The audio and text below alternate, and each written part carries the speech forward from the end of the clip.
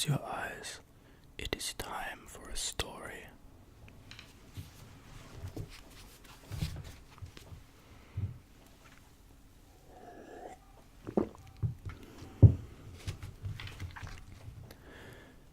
Nyarlathotep. Nyarlathotep, the crawling chaos. I am the lost. I will tell the audient void. I do not recall distinctly when it began, but it was months ago. The general tension was horrible. To a season of political and social upheaval was added a strange and brooding apprehension of a hideous physical danger. A danger widespread and all-embracing. Such a danger as may be imagined only in the most terrible phantasms of the night. I recall that the people went about with pale and worried faces, and whispered warnings and prophecies which no one dared consciously repeat or acknowledge to himself that he had heard. A sense of monstrous guilt was upon the land, and out of the abysses between the stars swept chill currents that made men shiver in dark and lonely places. There was a demonic alteration in the sequence of the seasons.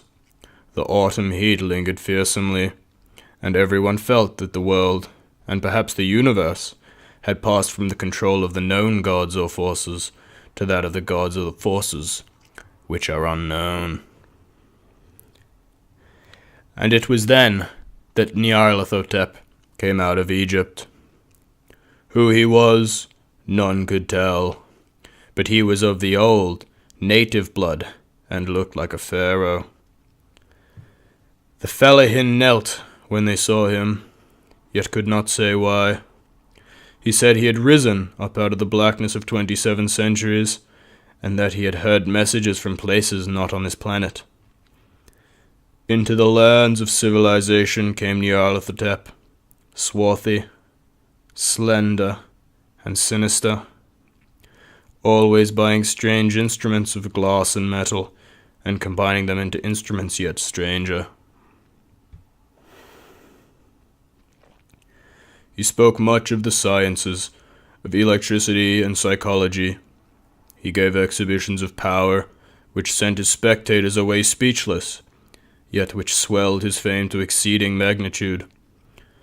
Men advised one another to see Nyarlathotep, and shuddered. And where Nyarlathotep went, rest vanished, for the small hours were rent with the screams of nightmare. Never before had the screams of nightmare been such a public problem.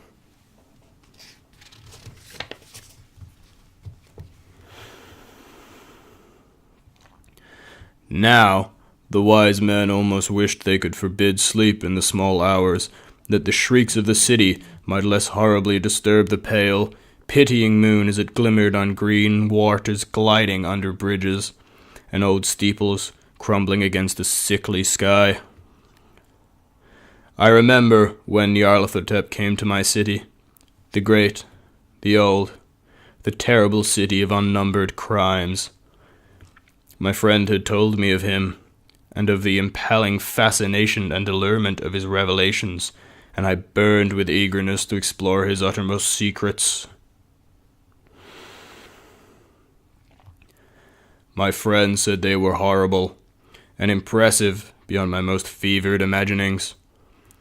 That what was thrown on a screen in the darkened room prophesied things none but Nyarlathotep dared prophesize, and that in the sputter of his sparks there were taken from men that which had never been taken before, yet which showed only in the eyes.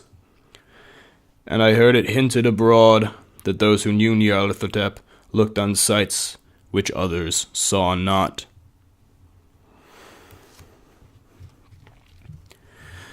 It was in the hot autumn that I went through the night with the restless crowds to see Nyarlathotep, through the stifling night, and up the endless stairs into the choking room.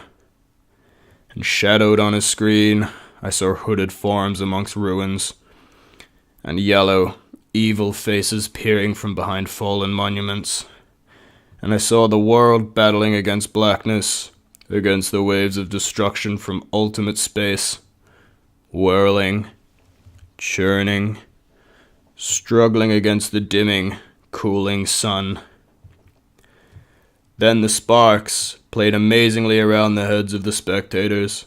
The hair stood up on end, while shadows more grotesque than I can tell came out and squatted on the heads.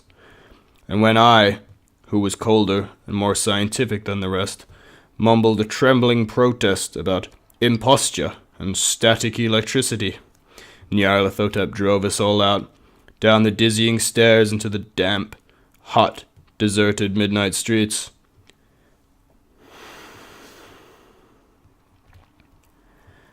I screamed aloud that I was not afraid, that I never could be afraid, and others screamed with me for solace.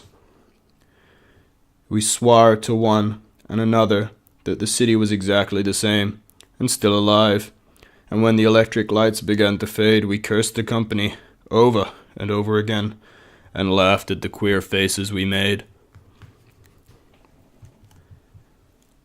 I believe we felt something coming down from the greenish moon, for when we began to develop on its light, we drifted into curious, involuntary formations, and seemed to know our destination, though we dared not think of them. Once, we looked at the pavement and found the blocks loose and displaced by grass, with scarce a line of rusted metal to show where the tramways had run. And again, we saw a tram car, lone, windowless, dilapidated, and almost on its side.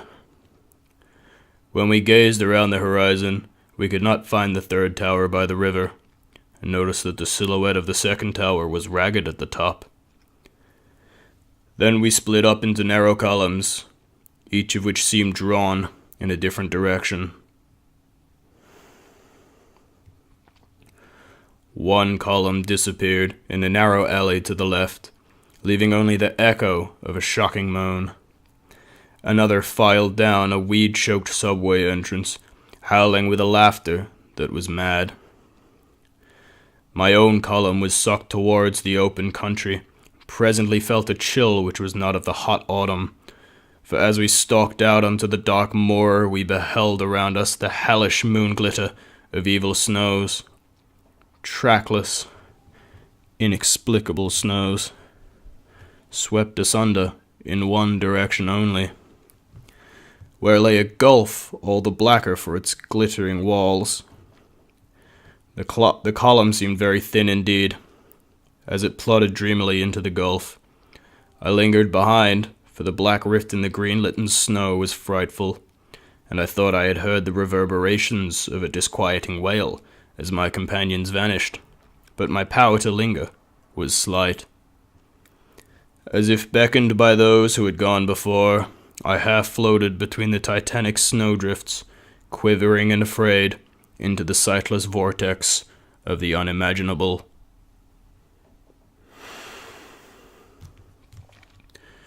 Screamingly sentient, dumbly delirious. Only the gods that were can tell.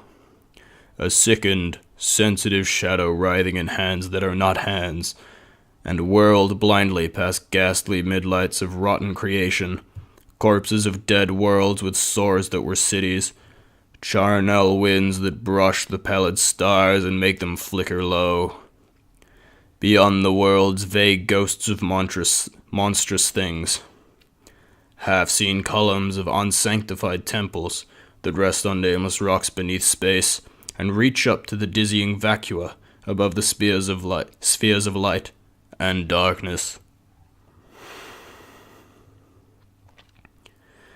And through this revolting graveyard of the universe, the muffled, maddening beating of the drums, and thin, monotonous whine of blasphemous flutes from inconceivable, unlighted chambers beyond time. The detestable pounding and piping whereunto dance slowly, awkwardly, and absurdly, the gigantic, tenebrous ultimate gods, the blind, voiceless, mindless gargoyles, whose soul is Nyarlathotep.